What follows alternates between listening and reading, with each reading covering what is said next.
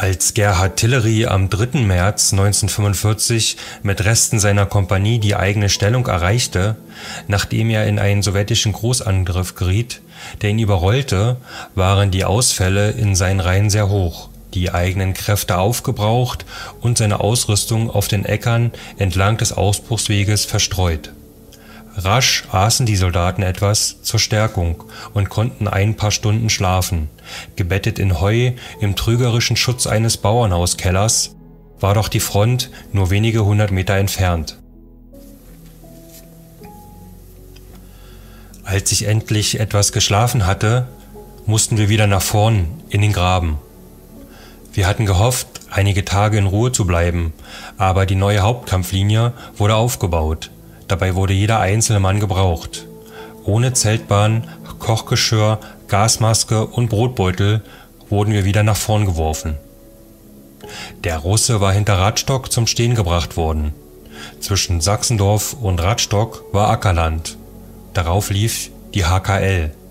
Etwa 100 Meter vor dem letzten Haus von Sachsendorf lag unser Zug, der schnell verstärkt worden war. Unser neuer Zugführer hieß Feldwebel Buchal, ein Rechtsanwalt aus Breslau. In der ersten Nacht bauten wir unsere Schützenlöcher. In der folgenden Nacht wurden Kriechgräben zwischen den einzelnen Schützenlöchern gegraben, die weiter vertieft wurden, bis das Grabensystem fertig war. Der Russe hatte sich noch keine HKL aufgebaut, sondern saß in den Häusern von Radstock, etwa 400 Meter entfernt. In den folgenden Tagen holten wir uns aus zerschossenen und unbewohnten Häusern Türen und Stroh. Die Türen verwendeten wir für den Bunker. Wir legten 2 Türen übereinander, darauf etwa 1,5 Meter Erde. Damit waren wir einigermaßen gegen Granatwerferbeschuss geschützt. Gegen einen Volltreffer gewährte der Bunker keinen Schutz. Wir bekamen unser Essen jetzt pünktlicher. Nach Einbruch der Dunkelheit war der Wagen da. Er kam auf der Straße bis in die vordere Linie. Ich musste anfangs immer selbst hingehen und am Wagen essen, da ich kein Kochgeschirr hatte. Ich lieh mir dann einen Kochgeschirrdeckel. Nach dem Essenempfang wurde Munition ausgegeben. Dann wurden die Verwundeten, schwere Fälle wurden sofort zurückgebracht und Gefallenen zurückgefahren. Als wir unsere neue Stellung fertig ausgebaut hatten, wurde die Kompanie verlegt. Inzwischen hatten wir Wechselstellungen, Verbindungsgräben und Sappen gebaut. Wir bezogen eine noch nicht so gut ausgebaute Stellung rechts der Straße. Dort ging dieselbe Buttelei weiter. In unsere alte Stellung kam eine andere Kompanie unseres Bataillons, die bisher in Ruhe lag. Eines Tages traf ich beim Essen holen Jürgen Schone aus Lüneburg, mit dem ich schon in Lübeck zusammen war. Er saß in meinem Schützenloch. Einige Tage später fragte ich einen Angehörigen seiner Kompanie nach ihm und hörte, dass er gefallen sei. Er hatte bei einem Feuerüberfall in dem Bunker gesessen, den ich gebaut hatte. Ein Volltreffer traf den Bunker und er war sofort tot. Wenn wir nicht einige Tage vorher abgelöst worden wären, hätte es mich erwischt.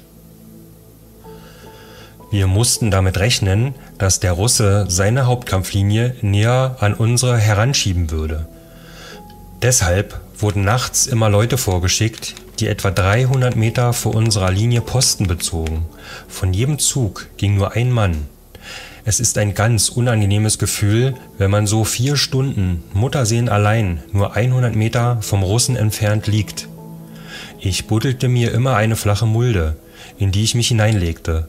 Nach kurzer Zeit fror man schon entsetzlich, trotz der dicken Winterbekleidung. Jeder Posten, der vorging, bekam eine Viertel-Liter Flasche Schnaps mit. Sie half zwar ganz schön gegen die Kälte, aber zuletzt wurde man durch den Alkohol sehr müde. Der Russe schickte auch Posten vor, aber zum Glück bin ich nie mit einem zusammengetroffen. Ich war immer froh, wenn die 4 Stunden herum waren. Als wir diese Stellung fertig ausgebaut hatten, bekamen wir etwa 1 Kilometer weiter südlich eine Stellung angewiesen. Diese Stellung war ganz eklig. denn nur 50 Meter trennten uns von russischen Baumschützen, die uns schwer zu schaffen machten. Einmal hatte ich 24 Stunden Ruhe und kam in den Kompaniegefechtsstand, etwa 200 Meter zurück, der in einem Haus lag. Am Tage kletterte ich mal auf den Boden und konnte weit ins russische Hinterland sehen. Abends, als wir in der Küche saßen, stand plötzlich die Scheune in Flammen. Der Russe hatte mit Brandgeschossen dort hineingeschossen. Schnell hatte das Feuer auch die anderen Gebäude erfasst. Und wir mussten flüchten. Hier wurde mein Gruppenführer, Unteroffizier Münz, ein feiner, älterer Kerl, verwundet. Er war immer so übertrieben besorgt um mich, wenn ich nachts mal vom Kompaniegefechtsstand zurückkam. Ging ich nie im Graben, da er immer nass und schmutzig war. Ich ging einfach querfeldein. Obwohl der Russe immer die Gegend abstreute, war die Wahrscheinlichkeit, getroffen zu werden, doch sehr gering. Trotzdem war es natürlich leichtsinnig von mir. Wenn Münz das sah, schimpfte er immer: »Tillery, sei nicht so leichtsinnig!« Und ausgerechnet ihn, der immer so übertrieben vorsichtig war, traf eine verirrte Kugel in die Stirn. Er verlor sofort die Besinnung, atmete aber noch. Er kam noch in der gleichen Nacht zum Hauptverbandsplatz. Ich weiß allerdings nicht, ob er die Verwundung überstanden hat. Als wir einige Tage in dieser Stellung waren, wurden wir wieder verlegt. Wir kamen noch weiter südlich. Hier hatte jeder der 3 Züge ein Gehöft besetzt. Die Gehöfte wurden als Stützpunkt ausgebaut. Die Höfe lagen im Dreieck. Unser Zug hatte das mittlere Haus besetzt. Von den Häusern standen aber meist nur die Grundmauern, alles andere hatten die Russen weggeschossen. Uns gegenüber hatte der Russe sich schon eine HKL aufgebaut. Die Gehöfte boten der russischen Artillerie ein gutes Ziel. Wir hatten viel unter Beschuss zu leiden und hatten auch Verluste. Ich lag mit einem alten Obergefreiten zusammen, der von Beruf Koch war. Er musste nachts immer im Zuggefechtsstand kochen und ich musste nachts immer alleine wachen. An Schlaf war natürlich nicht zu denken, zumal nachts immer sehr viel los war. Nachts kam das Essen immer sehr unregelmäßig nach vorn und war immer kalt. Die Folge davon war, dass ich, wie so viele Kameraden, Ruhe bekam, hervorgerufen durch das kalte Essen und durch unsauberes Wasser. Die Verpflegung war nicht allzu besonders. Brot gab es zwar genug, aber wenig Fett. Hier wurde ein Kamerad aus Bayern schwer verwundet. Albert Gessner aus Bremerhaven wurde wegen Erfrierung ins Lazarett geschickt. Die Kompanie war in den letzten Wochen arg zusammengeschrumpft. Sie war kaum 60 Mann stark. Am 15. März wurde unser Regiment abgelöst. Wir hatten in den vorhergehenden Tagen schon bemerkt, dass der Russe Verstärkung herangezogen hatte und einen Angriff plante.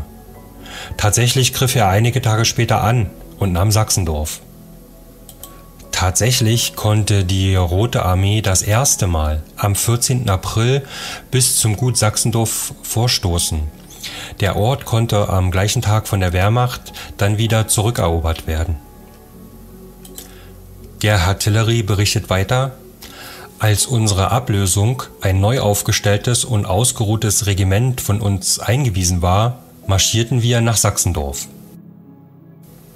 Dies war das Grenadierregiment 302 der 303. Infanteriedivision Döberitz, die Mitte März den Abschnitt beiderseits Sachsendorf übernahm. Mit dieser Maßnahme wurde die Panzergrenadierdivision Kurmark entlastet und das Grenadierregiment 1234, dem Tillery zu dieser Zeit angehörte, zur 309. Infanteriedivision Berlin im Raum Letschin verlegt. Dazu berichtet Gerhard Tillery: In Sachsendorf standen Gespanne für uns bereit, die uns nach Deulin brachten. Hier hatten wir ein paar Stunden Zeit und konnten erstmal etwas schlafen und vor allen Dingen konnten wir uns auch mal waschen. In der Stellung waren wir nicht dazu gekommen. Mittags fuhren wir mit Lastkraftwagen nach Neutrebin. Hier blieben wir bis zum nächsten Morgen. Am Nachmittag besorgte ich mit einigen Kameraden 2 Hühner. Mein Kamerad, der mit mir im Schützenloch lag, kochte sie. Für uns war es, als ob wir in den tiefsten Frieden zurückversetzt waren. Neu-Trebin lag etwa 10 Kilometer hinter der Front und war von der Bevölkerung noch nicht geräumt. Zwar herrschte eine große Nervosität unter der Bevölkerung und immer wieder wurden wir gefragt, werdet ihr sie halten? Obwohl sie selbst nicht mehr hatten, steckte uns die Bevölkerung manchen guten Bissen zu. Abends gingen wir sogar aus. Zur Feier des Tages putzte ich mir sogar meine Schuhe und bürstete meine Uniform aus. Beim ersten Glas Bier fielen mir schon die Augen zu. Ich ging wieder zurück in mein Quartier, das in einer Scheune war. Ich war zu sehr erschöpft. Wochenlang hatte ich keine Nacht geschlafen, höchstens einige Stunden am Tag. Im weichen Heu schlief ich wie im Himmelbett. Kein Granatgeheul und Gewehrgeknatter störte mich.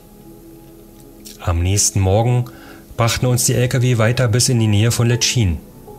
Von dort marschierten wir nach Solikante, etwa 15 Kilometer nördlich von Küstrin.